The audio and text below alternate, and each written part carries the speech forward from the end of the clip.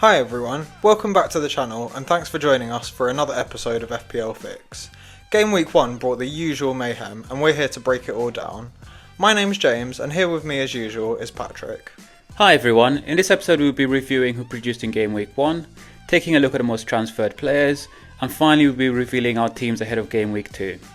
First though, we need to take a look back what happened with our teams in Game Week 1. James, you did well. Why don't you start things off? Try to stay humble, eh? Thanks. Yeah, I definitely can't complain too much. Starting at the back, and Sells was a bit unlucky. The only time he was beaten was from the penalty spot. My defence was solid, Van de Ven, Porro and Cucurella all picking up clean sheets, with the Chelsea man picking up 2 bonus points as well. In midfield, Gakpo covered Salah with his goal at 7 million cheaper. Palmer and Rodgers both picked up a clean sheet point, but effectively blanked. Rotter picked up a return from winning a penalty, but Reinders was the pick of the bunch. He scored and assisted on his Premier League debut and looks a steal at his price. Up front, Watkins blanked for me, but Haaland's brace as my captain more than made up for it. So yeah, 79 points, a decent enough start, and ready for the next one. How did your team do? I scored 59 points in Game Week 1, which is just above the average of 54. Haaland was the star of my team, scoring 26 points as captain and saving my week. Sanchez also did really well, with 8 points in goal, and Van de Ven gave me 6 points in defence. Aina, Palmer, Enzo and James all added a few points each to keep things ticking along, each got 3 points. The rest of my team didn't do so well. Bruno Fernandes only got 2 points, which was disappointing. Diouf, Marmoush both scored just 1 point, and Watkins only managed 2. My midfield in particular was quite weak this week, with hardly any big returns. Overall, I'm pleased to have scored above the average, especially with Haaland's big hole. My defence and goalkeeper did their job, but my midfield needs improving. Alright, enough about us. Let's see who else made the headlines in Game Week 1. Okay, on screen we've got the top scorers in each position for Game Week 1. For the goalkeepers, Raya was top with 10 points. Pope and Vicario both did well with 9 pointers as well. Quite interesting that all 3 of the top keepers were 5 million or higher. Moving on to defence, and I'm not sure anyone could have predicted this top 3. Sunderland's Bollard picked up 17 points with a goal, a clean sheet, bonus points and DEFCON.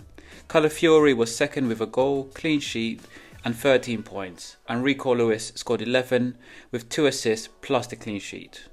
On to midfield, and Semenyo was the standout. He scored 2 great goals at Anfield and could be a menace again this season, especially with Bournemouth's fixture run now they've had the Liverpool game. Kudus, O'Reilly and Reinders all scored 10 points to share next best. Kudus and Reinders both shone particularly in their games and well worth monitoring. In strike, there was a 3-way tie at the top.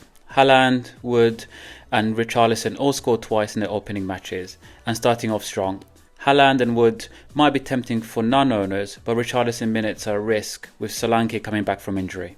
Okay, now let's take a look at the most transferred players so far this game week. Starting with the transfers out, and Wirtz is top of the list with over 300,000 transfers out. Does that surprise you? He didn't look great in his debut, but I still think he has a lot to offer. Liverpool scored 4, so it's just a matter of time until he's involved in the action. Gvardiol was next, and he was in my Game Week 1 team until Pep ruled him out in a press conference. He's too expensive to not be playing, so I definitely understand people selling him. Konsa's up next, and this one's personal, but it is obvious because he picked up a red card, and as much as I would have liked to play him this week against Brentford, it's not worth the transfer out yet in my opinion. 2 big name strikers next, with Isak and João Pedro. What's your thoughts?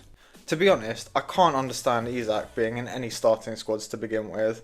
Until his transfer mess is sorted out, he has to be a player to avoid. João Pedro, he blanked and was subbed early in his opener. He was the same price as Chris Wood though before the rise, so some managers will have made the straight swap. Moving on to transfers in, and Reinders is top, with nearly 700,000 managers moving him in after his 10-pointer. I'm gutted I didn't start him, but you must feel good as an owner. Yeah, very happy. Nice to be ahead of the curve at the start of the season and already own the player who's being brought in by the masses. Semenyo next, and I really like the transfer. He was explosive at Anfield and could be a monster over the coming weeks with the fixtures they have. Ekitike next. He had a very fast start and a great debut.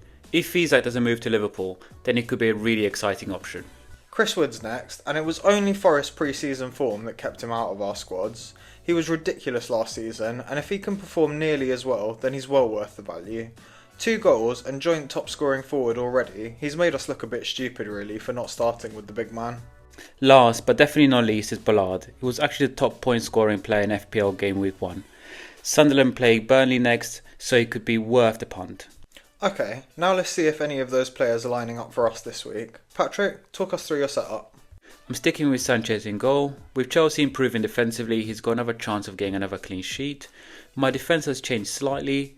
I've kept Aina, who's against Crystal Palace, because the game should be quite open and who have more chances to get forward. I subbed in Maguire. He's always a great threat from set pieces, and against Fulham he has another chance to make an impact.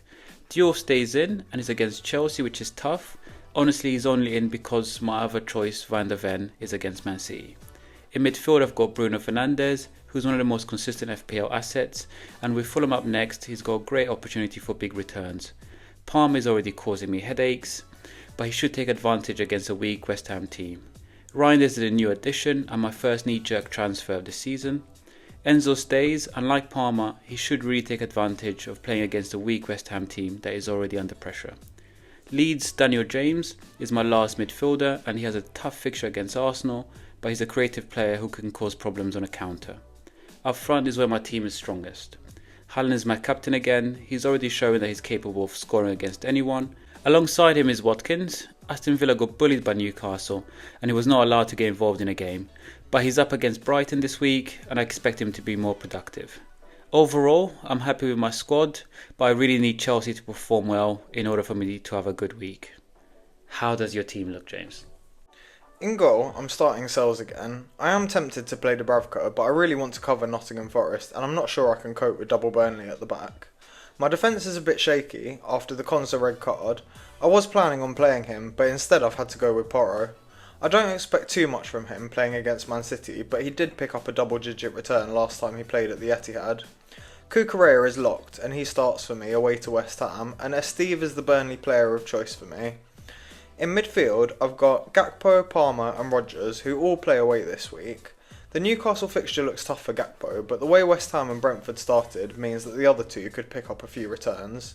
The last midfield spot is locked with Tijani Reinders, who's being shipped in by managers after his great debut.